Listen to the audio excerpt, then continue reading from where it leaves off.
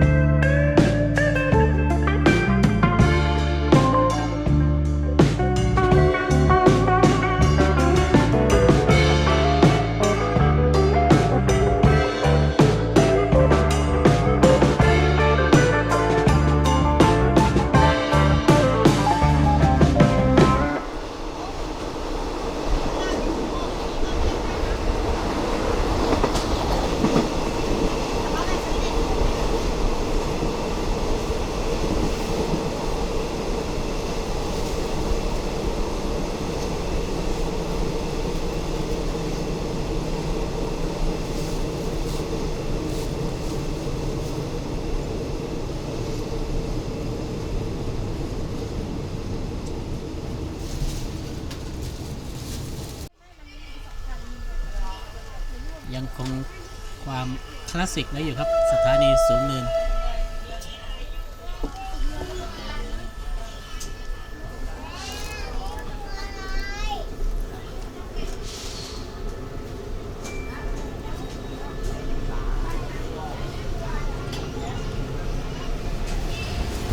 ยิ้มใส่กล้องหน่อยเดี๋ยวไม่เจอกัน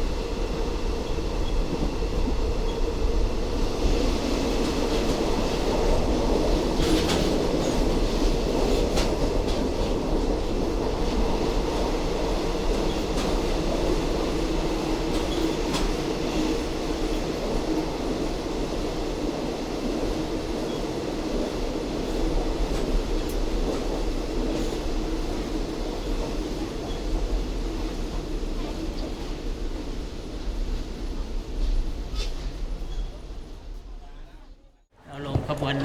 135 เดี๋ยวเราก็กลับขบวน 136 ตอนนี้น่าจะจอดรออยู่ชุมทางจิระอยู่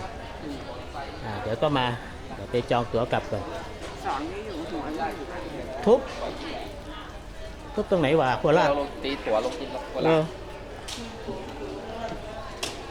ทุบตรงไหนเดี๋ยวไปดูดิหรือตัดต้นไม้เมื่อกี้ นะครับขบวน 135 ไปอุบลมาถึงโคราชเที่ยง 10 นาทีพอดียังมีเวลาก็น้ำอยู่น้อยเดี๋ยวกลับกับขบวน 136 ครับ เดี๋ยวไปดูว่าที่บอกว่าโคราชทุบแล้วทุบตรงไหน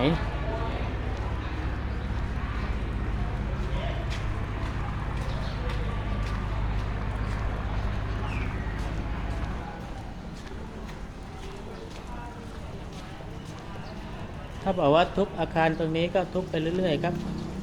หรือแบบที่เรามาดูเดือนที่แล้วนี่ก็เห็นร่องรอยกันรื้ออันนี้ก็น่าจะรื้อต่อ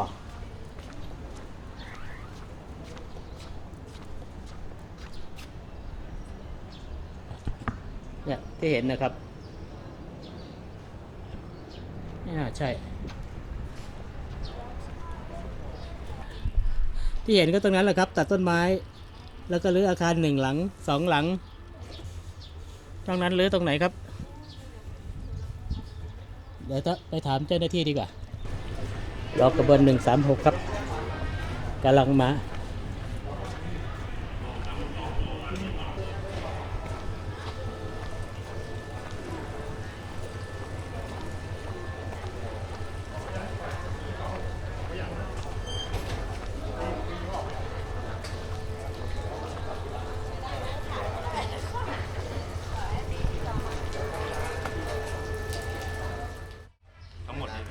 ไม่ว่าตั้งแต่ต้นเดือนมา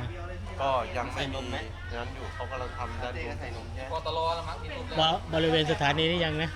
พอตลอนะครับทุบออกไปแล้ว ทุบไปแล้วใช่ไหมทุบไปเยอะไหม ก็หมดเลยนะตรงนี้ก็ไม่ใช่ที่หลักนะครับถ้าเกิดว่า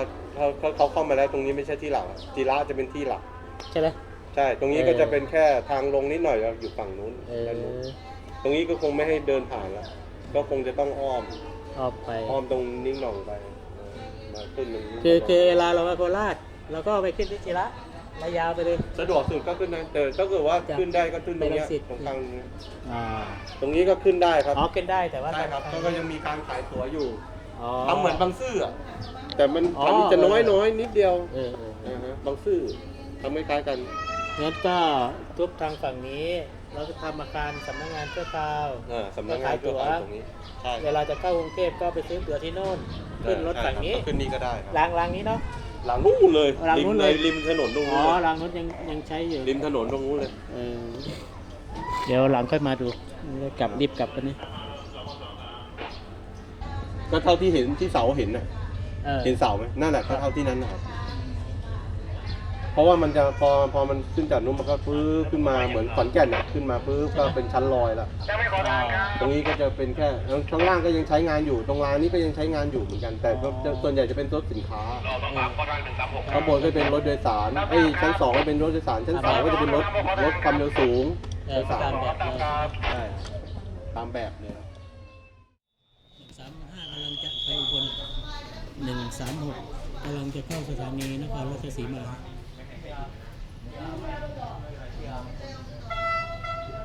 มาแล้ว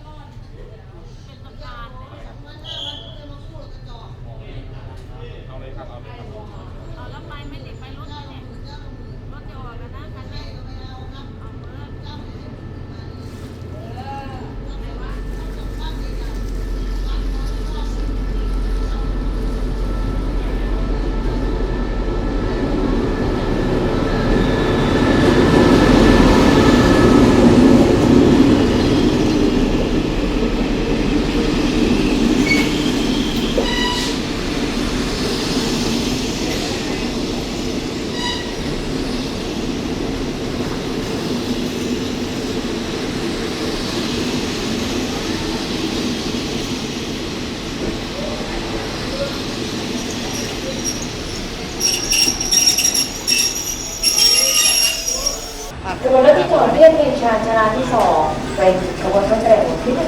136ปลายทางสถานีกรุงเทพผู้โดยสารที่มีตั๋วใช้ในการโดยสารกับขบวนรถเที่ยวนี้แล้วกรุณานำสิ่งของและสัมภาระของท่านขึ้นบนขบวนรถเรียบร้อยเลยค่ะ กรอบรังสิตครับขบวน136เพิ่งมาถึงโคราชจอดเติมน้ำสักหน่อย10 นาทีให้ออกไปดูที่ทุบครับเมื่อกี้ขบวน135บังคุณพี่ให้กล่าวว่าทุบทางฝั่งโน้นแล้วก็ทำที่จำหน่ายตั๋วชั่วคราวแล้วก็วิ่งรางโน้นแล้วก็ต่อไปก็จะค่อยทุบอาคารสถานีหลักกันรั้วไว้ไม่ให้เข้าคร่าวๆแค่นี้ก่อนนะแล้วก็แค่มาดูกันเรื่อยๆ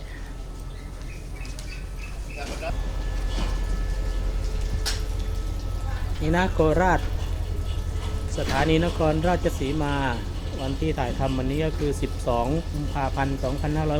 2568จุดที่ทุบหรือถอนก็คือจุดอาคารข้างหน้าแล้วนู่นเลยครับแล้วก็อาคารเก่าที่เขารื้ออยู่แล้วก็รื้อต่อส่วนอาคารสถานีที่อยู่ตัวเนี้ยอาคารสถานีปัจจุบันเนี่ยก็เตรียมตัวจะรื้อแล้วก็ไปใช้ทางฝั่งที่เราถ่ายดูนั่นแหละครับ